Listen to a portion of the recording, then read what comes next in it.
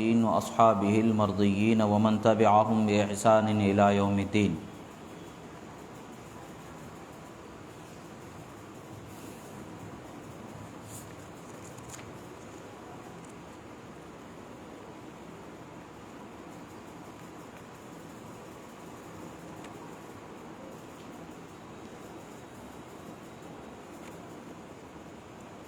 باب فی ذکر عبادت علی بن ابی طالب کرم اللہ وجہہ الکریم.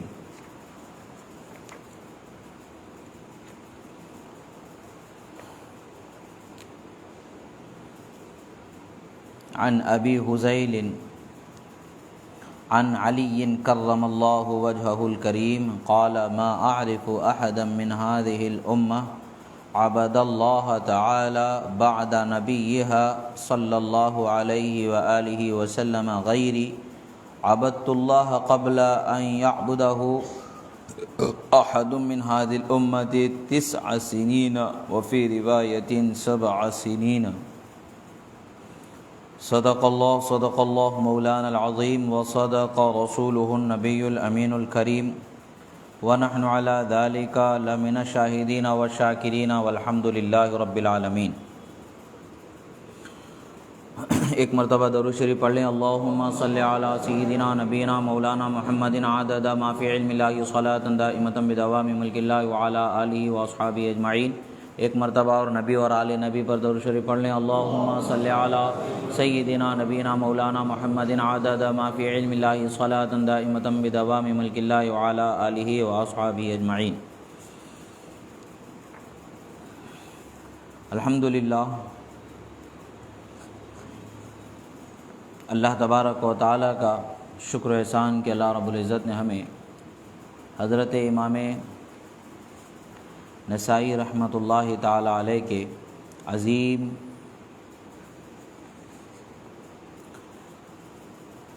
خدمت اور عظیم علمی تحفہ جو آپ نے حضرت مولا علی شیر خدا فاتح خیبر رضی اللہ تعالی عنہ کی فضیلت میں اور آپ کے شان اختصاص میں جو احادیث مبارکہ وارد ہوئیں ان کو جمع فرمایا اور خصائص علی کے نام سے اس کتاب کو موسوم فرمایا. اس کتاب کے ہم احادیث مبارکہ کو اور اس کے معنی و مفہوم کو سماعت کر رہے تھے.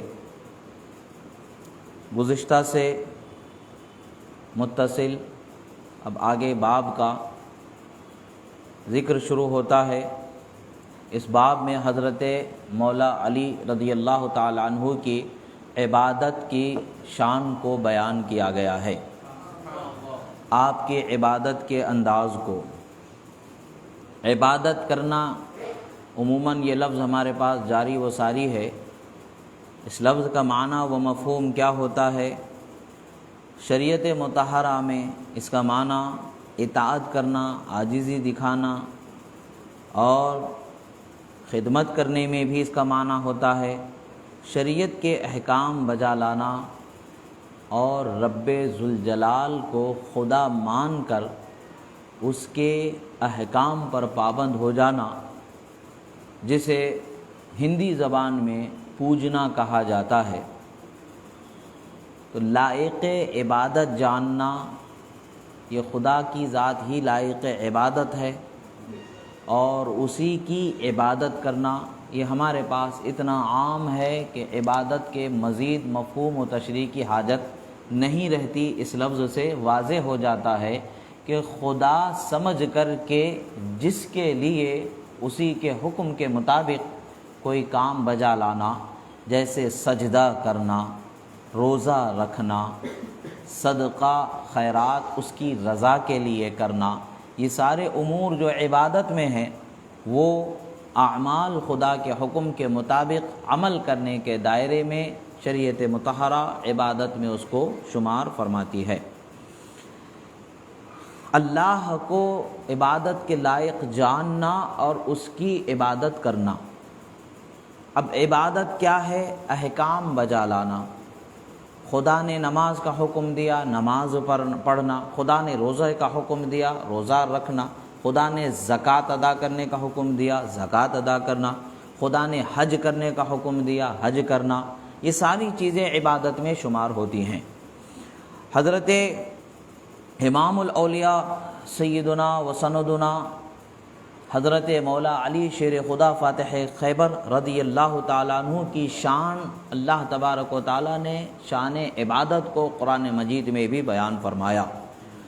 آیت مبارکہ کا نزول ہوا محمد الرسول اللہ والذین معہ اشداء علی الکفار رحماء بینہم تراہم رکعا سجدا۔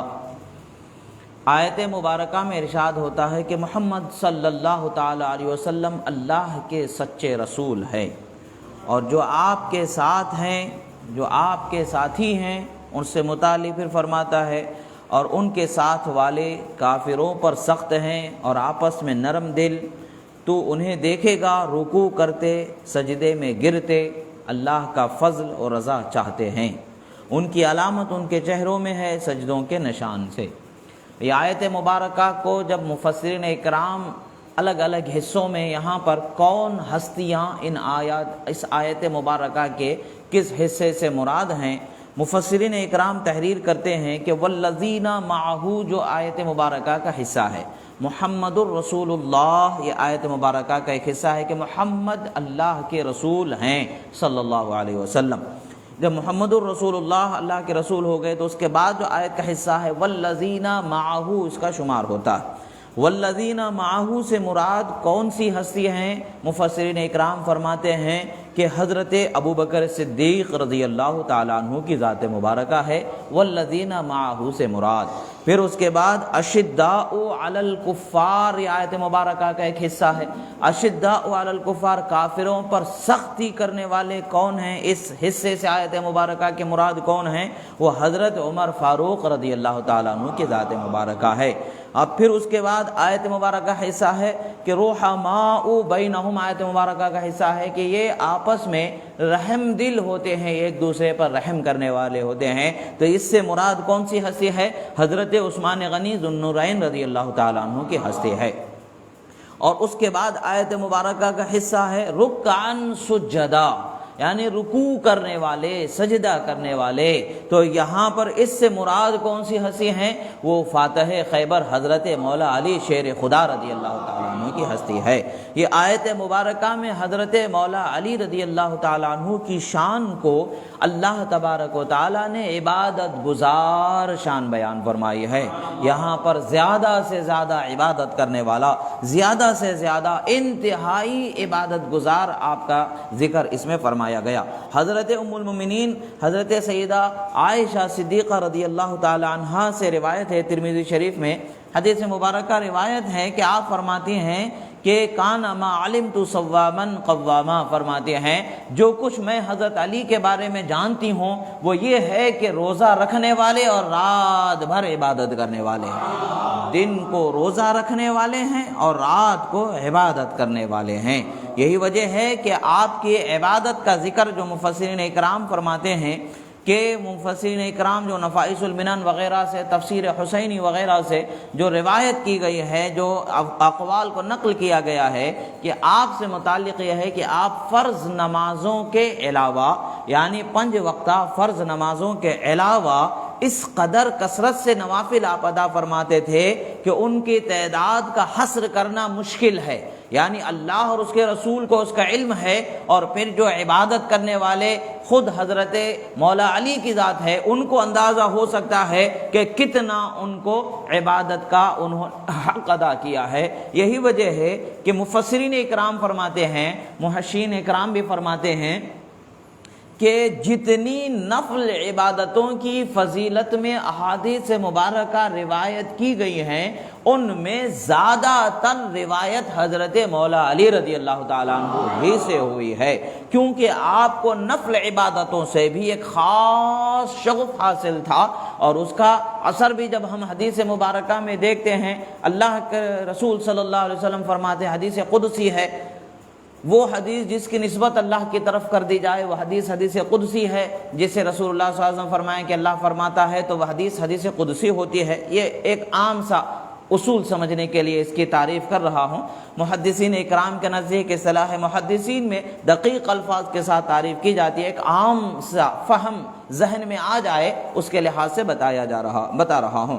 یہاں پر یہ ہے کہ حدیث ہے کہ من عاد علی فقد آذنتہ بالحرب، فرمایا جو میرے ولی سے بغض رکھتا ہے، عداوت کرتا ہے، میں اس کے خلاف جنگ کا اعلان کرتا ہوں۔ پھر اللہ تبارک و تعالیٰ آگے حدیث کے الفاظ میں ارشاد فرماتا ہے وَلَا يَزَالُ عَبْدِي يَتَقَرَّبُ إِلَيَّ بِالنَّوَافِلِ حَتَّى أُحِبَّهُ، فرماتا ہے کہ یہاں تک کہ فرض عبادتوں کے بعد بندہ میرے قرب کے لیے نفل عبادتوں پر اتنا پابند ہو جاتا ہے، اتنی وہ عبادت گزاری اپنے اندر پیدا کر لیتا ہے کہ میں اس کو میں اپنی رضا سے سرفراز فرما دیتا ہوں، اسے میں اپنی محبت کاملہ سے سرفراز فرما دیتا ہوں۔ اور جب میں اسے اپنی رضا محبت کاملہ سے سرفراز کر دیتا ہوں تو اس کے سننے کی شان یہ ہوتی ہے کہ سننا اس کے کان سے ہوتا ہے مگر میرے مرضی و قدرت اس میں شامل ہو جاتی ہے۔ حدیث کے الفاظ ہوتے ہیں میں اس کے کان ہو جاتا ہوں، میں اس کے ہاتھ ہو جاتا ہوں، میں اس کے زبان ہو جاتا ہوں۔ مطلب اس کا یہ نہیں ہے کہ اللہ تبارک و تعالیٰ معاذ اللہ ان کے جسم کا ایک حصہ بن جاتا ہے، معاذ اللہ ایسا نہیں ہے، بلکہ اللہ تبارک و تعالیٰ ان حصوں سے جس سے وہ کام لیتے ہیں اپنی قدرت خاصہ کو خاص فرما دیتا ہے، تو اس کی شان یہ ہوتی ہے کہ دوسروں سے وہ کام نہیں ہوتا ہے، ان سے وہ کام ہو جاتا ہے۔ مثال کے طور پر کوئی آدمی دور کا سننا چاہتا ہے تو اس کی ایک لمٹ ہوتی ہے، اس لمٹ سے بڑھ کر کے وہ دور کا سن نہیں سکتا ہے، مگر جب اللہ کی قدرت اس بندے کے ساتھ ہو جاتی ہے تو ہزاروں میل دور رہ کر کے بھی وہ بندہ اس آواز کو سن لیتا ہے۔ ایک چھوٹی سی مثال ہے، اللہ کی قدرت، اللہ کی مدد انسانی عقل کے ساتھ جب ہو گئی تو انسان نے اپنی عقل سے اور اللہ کی بنائی ہوئی مخلوق جو دنیا میں اللہ نے بنایا ہے ان چیزوں کی خاصیت اور ان چیزوں کی طاقت پر غور و فکر کرتا ہے، اور ان خاصیتوں کو، طاقتوں کو جب وہ ایک جگہ استعمال کرتا ہے، ایک آلے کو ترتیب دیتا ہے، جیسے ہم آپ آج موبائل فون کے نام سے ہم کہہ سکتے ہیں، اس کی یہ طاقت ہے کہ دنیا کے اس کونے سے اس کونے تک بغیر ظاہری کسی کنیکشن کے گفتگو کی جا سکتی ہے، دیکھا جا سکتا ہے۔ تو اس کے اندر کوئی شک و شبہ نہیں ہوتا ہے لوگوں کو، اس میں کوئی فکر نہیں ہوتی، اس میں کوئی پریشانی نہیں ہوتی ہے۔ یہاں سے وہاں تک سن لیا جانا یہ انسان کے بس میں آ گیا ہے۔ تو کیا یہ سننے کی طاقت موبائل کے ذریعے ہمیں مل رہی ہے؟ تو کیا موبائل معاذ اللہ خدا ہو سکتا ہے؟ ہرگز نہیں ہے، موبائل خدا نہیں ہو سکتا، اس لیے کہ موبائل کو انسان نے بنایا ہے۔ خدا وہ ہے جس نے انسان کو بھی بنایا ہے، اور موبائل میں جو چیزیں استعمال ہوتی ہیں ان سب کو اللہ نے ہی بنایا ہے۔ تو خدا کی ذات وہ ہے جو سب کا خالق ہے، سب کو پیدا کرنے والا ہے، دنیا کو بھی پیدا کرنے والا، اور نہ جانے کتنی مخلوق اللہ نے بنایا ہے، ہر چیز کا خالق رب ذوالجلال ہے۔ یہی وجہ ہے کہ وہی عبادت کے لائق ہے، اسی کی عبادت، اسی کی پرستش کی جانی چاہیے۔ اب یہاں پر اولیاء اکرام کی شان یہ ہو جاتی ہے کہ وہ بھی دور سے سن لیتے ہیں۔ اب اگر ہم کسی ولی کو دور سے سن لینا کہتے ہیں تو بہت سارے لوگوں کے پیٹ میں درد شروع ہو جاتا ہے، بولتے ہیں یہ تو شرک ہے، دور سے سننا تو اللہ کی شان ہے۔ اب جو موبائل سے آپ دور کا سن رہے ہیں تو کیا معاذ اللہ موبائل اللہ کی شان والا ہو گیا؟ یہ بے عقلی کی بات، بے وقوفی کی بات ہوتی ہے، جو اہل سنت کے لوگوں کو بھٹکانے کی کوششیں کی جاتی ہیں، ان کی بے وقوفیاں انہی کے گلے میں، انہی کی جھولی میں پڑتی ہیں۔ ہم تو یہ کہتے ہیں ولی کے کان میں جو طاقت ہوتی ہے وہ اللہ کی دی ہوئی طاقت ہوتی ہے۔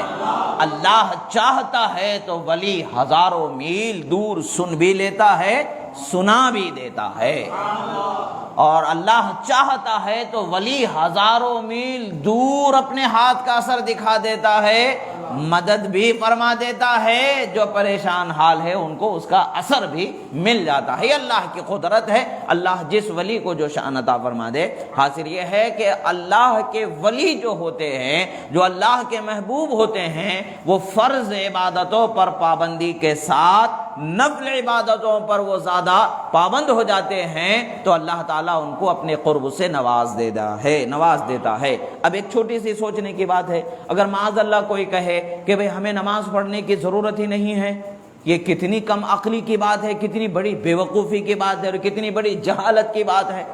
اللہ کے رسول نماز ادا کرنے والے، اللہ کے رسول کے صحابہ نماز ادا کرنے والے، بالخصوص خلفائے راشدین نماز ادا کرنے والے، اہل بیت اطہار نماز ادا کرنے والے، ارے اہل بیت کے جو عظیم ہستی شہید کربلا امام حسین شہید کربلا رضی اللہ تعالیٰ عنہ سے آج تک جو روایتیں منقول ہے، میدان کربلا میں آپ نے سجدہ نہیں چھوڑا، میدان کربلا میں آپ نے عبادت نہیں چھوڑا، تو آج اگر ہم ان کے ماننے والے ہونے کا دعویٰ کریں، ان کے چاہنے والے ہونے کا دعویٰ کریں اور نماز روزے سے دور ہو جائیں تو یہ افسوس نہیں تو کیا بدقسمتی کی اس سے بڑی اور کیا بات ہو سکتی ہے۔ حقیقت تو یہ ہے کہ جو صحیح طریقے پر جو خدا سے ملانے والا ہے، جو صحیح مرشد ہے، جو صحیح رہبر ہے، وہ کبھی نماز سے دور کر ہی نہیں سکتا ہے، اس لیے کہ نماز نزول رحمت الہی کا سب سے بڑا ذریعہ ہے، روزہ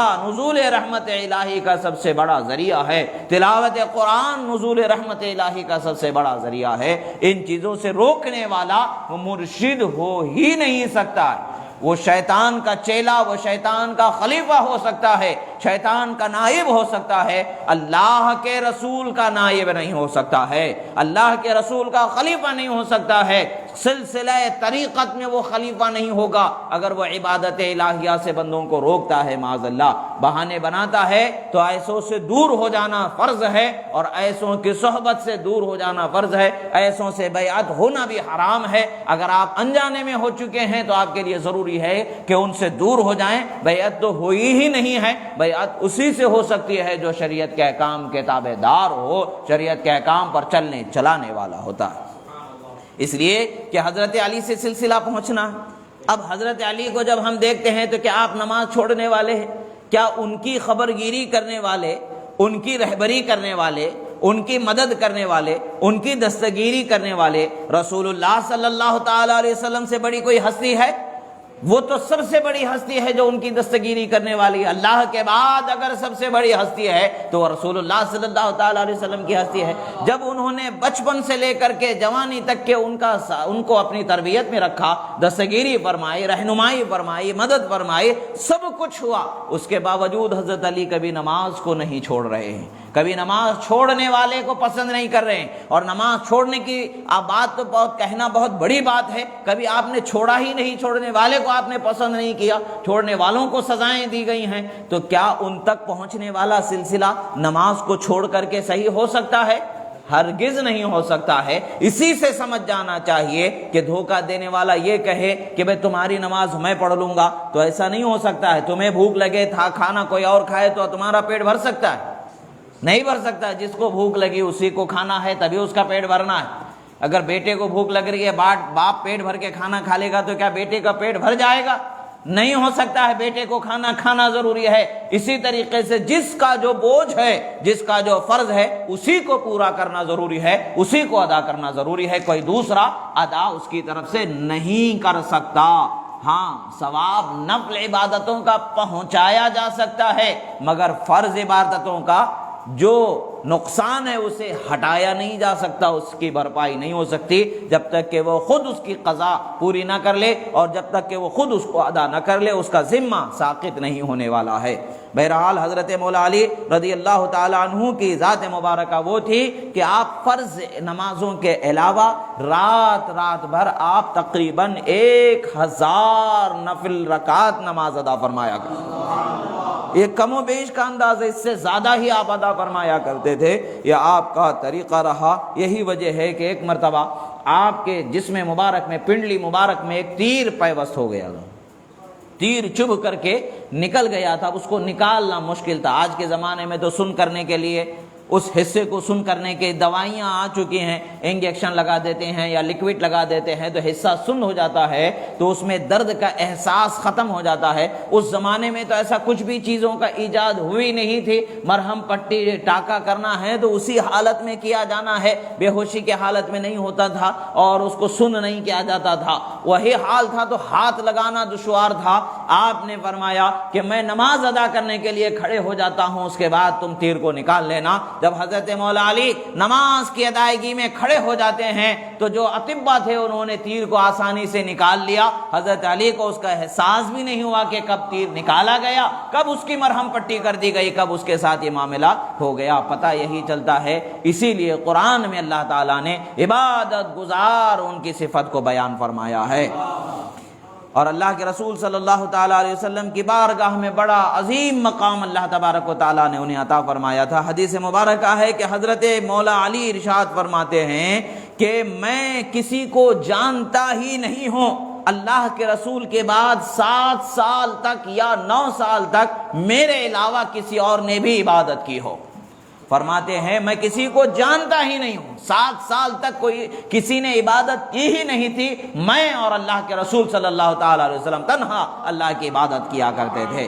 یعنی اللہ کے رسول کے بعد اگر کسی نے 7 سال تک عبادت کی ہے، کوئی اور اس وقت پر عبادت ادا کر ہی نہیں رہا تھا، وہ تنہا میری ذات ہے، میرے علاوہ میں کسی کو جانتا ہی نہیں ہوں۔ یہ حضرت مولا علی رضی اللہ تعالیٰ عنہ نے ارشاد فرمایا، اور یہ حدیث مبارکہ کو سنن الکبریٰ میں بھی روایت کیا گیا ہے، مستدرک للحاکم میں بھی روایت کیا گیا ہے، اور بھی جگہوں پر یہ حدیث مبارکہ کو روایت کیا گیا ہے۔ حدیث مبارکہ کے الفاظ ہیں کہ آپ فرماتے ہیں کہ نبی صلی اللہ تعالیٰ علیہ وسلم کے بعد میں کسی کو اس امت میں میرے علاوہ جانتا ہی نہیں کہ جس نے عبادت کی ہو 7 سال تک، میں تنہا ہوں جو رسول اللہ صلی اللہ علیہ وسلم کے ساتھ 7 سال کا جو عرصہ تھا عبادت ادا کیا کرتا تھا۔ اس کے بعد ہی سبھی لوگ عبادت میں آیا کرتے تھے، معاملات حالات بدلے، اس وقت کے حالات بڑے ناگفتہ بھی حالات تھے، کم و بیش آج کل ہمارے لیے بھی ایسے ہی حالات کا سامنا ہو رہا ہے، خدا خیر فرمائے۔ مگر مصیبت کے وقت پر، پریشانی کے وقت پر،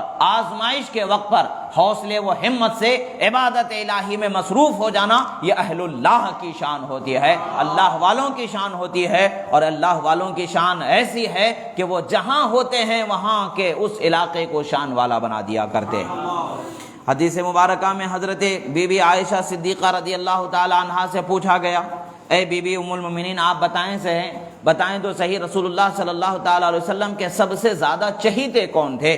تو حضرت بی بی عائشہ صدیقہ رضی اللہ تعالیٰ عنہ بیان فرماتی ہیں کہ اللہ ای الناس کان احب الی رسول اللہ صلی اللہ علیہ وسلم قالت فاطمہ، تو انہوں نے فوراً جواب دیا فاطمہ الزہرا رضی اللہ تعالی عنہا سرکار کی سب سے چہیتی ہیں۔ لوگوں نے پھر پوچھا کہ پھر مردوں میں کون ہے جو رسول اللہ صلی اللہ علیہ وسلم کے سب سے چہیتے ہیں؟ آپ نے فرمایا زوجہا، یعنی ان کے شوہر حضرت مولا علی رسول اللہ صلی اللہ علیہ وسلم کے چہیتے ہیں۔ اور پھر فرماتی ہیں کہ ان کی ذات ایسی ہے، روزہ اور نماز کے علاوہ میں نے ان کو جتنا بھی جانا ہے خیر ان میں نے اتنا دیکھا ہے کہ وہ ہمیشہ روزہ اور نماز کی حالت میں ہی ہوا کرتے تھے۔ یعنی روزے داری ان کی ایک خاص شان ہے، عبادت گزاری ان کی ایک خاص شان ہے۔ میں نے جہاں تک ان کو جانا ہے روزے دار عبادت گزار ہی ان کو جانا ہے، روزے دار پرہیزگار ہی ان کو جانا ہے۔ یہ حضرت ام المؤمنین بی بی عائشہ صدیقہ رضی اللہ تعالی عنہا کا بیان ہے۔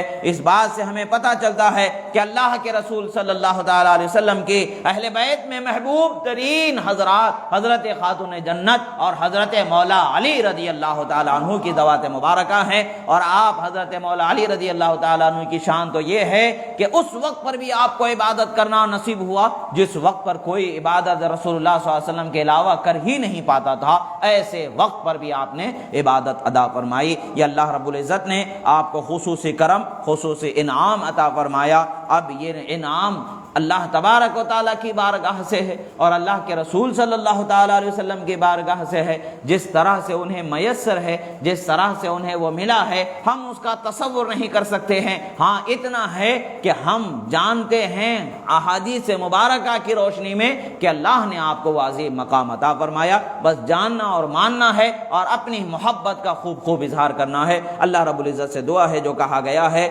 سنا گیا ہے، کہنے میں سننے میں جو غلطی ہوئی اللہ تعالیٰ اسے معاف فرمائے اور حضرت